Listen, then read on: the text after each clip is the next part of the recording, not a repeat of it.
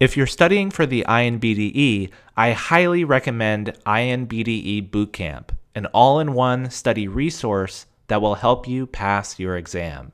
Use coupon code MENTALDENTAL for 10% off. Hey everyone, Dr. Ryan here, and welcome back to Mental Dental.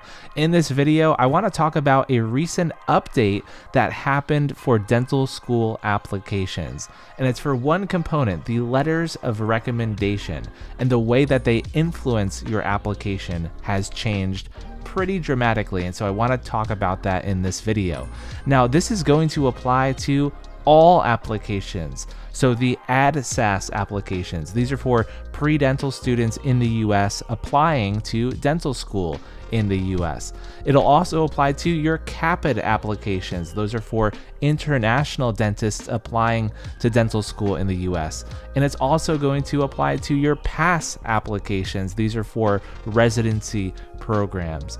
And so this is a sweeping update to how letters of recommendation work. Now, there are a lot of components to a dental school application. You have your personal statement, your CV, all of your experiences that are entered into your application profile. So your work experience, research experience, your academic history, all of those things that make up your entire profile are important. And the letters of recommendation are a crucial aspect of that. So let me, without further ado, introduce these changes and what this means for you. All right, and so let me give you a sort of behind the scenes look at how these letters of recommendation work. Now, I've written several of these, and this is the first time that I've seen this many questions that go along with the letter itself.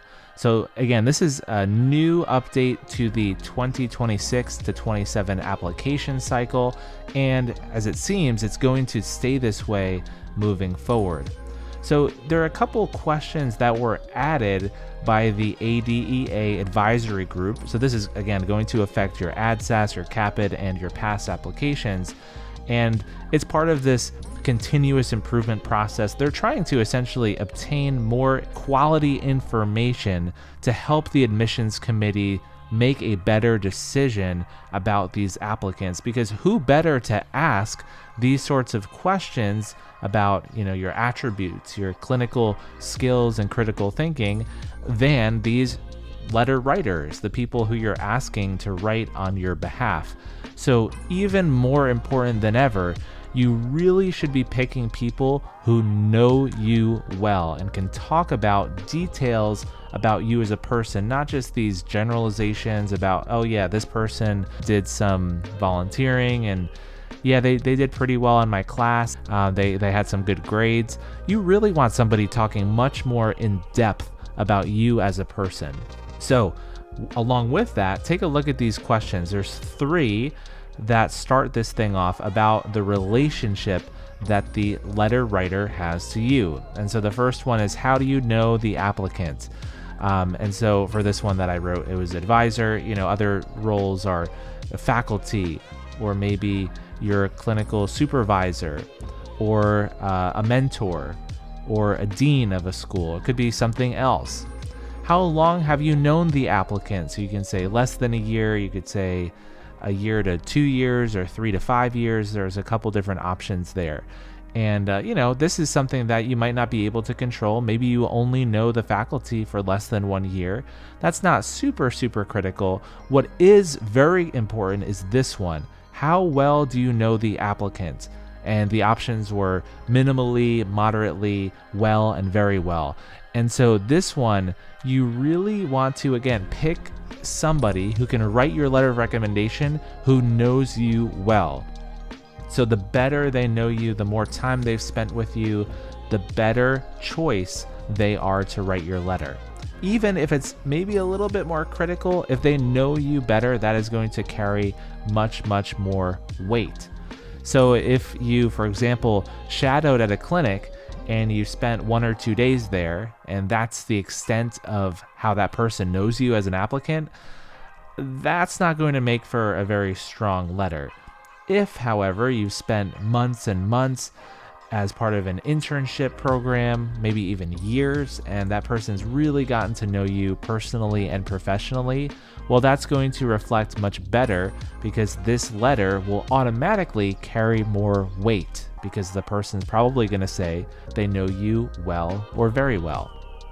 So those are the first 3 questions. They cover the extent of the relationship that you have with the person writing the letter. The next 10 questions have to do with your attributes. And so basically these ones are 10 characteristic questions that the admissions committee will be able to assess your characteristics more comprehensively. And they'll be rating you from a scale of 1 to 5. That's poor to excellent. And there's also this option of not observed, which is not great. You really want them to select something, hopefully between really good and excellent, but average would be okay. You really don't want somebody picking one of these 3. Either they don't know you well enough to make a comment on it, or this is not going to reflect very well on you at all. So again, all of this is new. This is all new information that the admissions committee is gathering on their applicants, and I think it's actually a good thing. So the first attribute being asked about is clinical skills. So this could be how well you work in the clinic. Maybe it's somebody who has seen you actually do work on patients, whether it's in the dental school setting or as a faculty member. Maybe it's in an internship setting. Your clinical skills could also be as an assistant or hygienist if you're doing work in that capacity, to see how well you treat your patients. Could be also in a shadowing experience. Maybe they ask you clinical-minded questions about diagnosis or how well you understand or are interested in certain clinical techniques or ideas. That could also be assessed in that question. Next on the list is critical thinking. So this is essentially your ability to analyze information, to solve problems logically, and make sound decisions. This could be in a clinical setting, in an academic setting, and you can see as you're rating somebody, the color of this bar changes. And so good is green, excellent is like a more vivid green color, average is yellow, below average is orange, red is poor, and then not observed, I think the bar just stays grayed out. So again, you really want to be in 4 or 5 territory, 3 at the absolute worst. If someone rates you 5 in every category, yeah, that looks good, but it's probably, they rushed through it, or maybe they weren't being fully honest. So you really want to see a mix of 4s and 5s would be an ideal rating in this system. Next is didactic knowledge. And so this could be the applicant's understanding of whether foundational science, maybe if they're a pre-dental student, if you're asking your biochemistry professor or your chemistry professor. This could be dental concepts if you're already in the dental profession. Could be any academic material really needed to succeed in dental school. Integrity, this is an important one. So this is your honesty, your commitment to acting ethically, accountability, and doing the right thing even when no one's watching. That's what integrity means. And so that's a really important one. Certainly you don't want someone saying not observed or poor, below average. You really want a high rating in that category. Interpersonal skills. Some of us are introverted, some of us are extroverted, but that's not what this is assessing. It's really assessing your ability to communicate effectively, whatever that looks like for you. Your ability to build trust in your relationships, to work well with other people, teamwork, being a team player. So this is also a really important one. Your ability to interact well with patients if you're in patient care. If you're in a school setting, your ability to interact with your classmates or with your faculty. Maturity. This is a pretty broad topic. This is basically your ability to handle yourself responsibly, to remain composed under pressure, and to really demonstrate good judgment. If you're in a challenging situation, do you make a responsible, mature decision? So hopefully that person who is evaluating you has seen you face some obstacle or some challenging scenario where they could really rate your maturity well. Next is organizational skills. So this would be your ability to manage your time, your responsibilities, to follow deadlines, and to manage your priorities effectively, especially in a demanding academic or clinical environment. That's a great place to evaluate how well organized you are. Professional demeanor. So this is the ability to present yourself with respect. Again, some of those themes we talked about before, being reliable, being humble, and demonstrating appropriate behavior in an academic, clinical, or otherwise professional setting. Reaction to criticism. This one's really, really good. I'm really glad they're asking about this. This is essentially your ability to receive feedback openly, humbly, and with a willingness to improve. I've seen in my hands-on bench prep course or in a mock interview, sometimes people get really defensive. And look, that's a natural reaction. I can be very defensive if I'm facing some correction or criticism. But really, this kind of goes back to maturity. The ability to receive criticism with humility. That is a skill, and that is something to really focus on when you're in those types of settings, when you're getting this feedback, to take it openly and say, hey, I am all for it. Thank you so much for being honest with me and sharing that. That is something I can work on. That's definitely a skill that can be learned, and that's an important one to evaluate.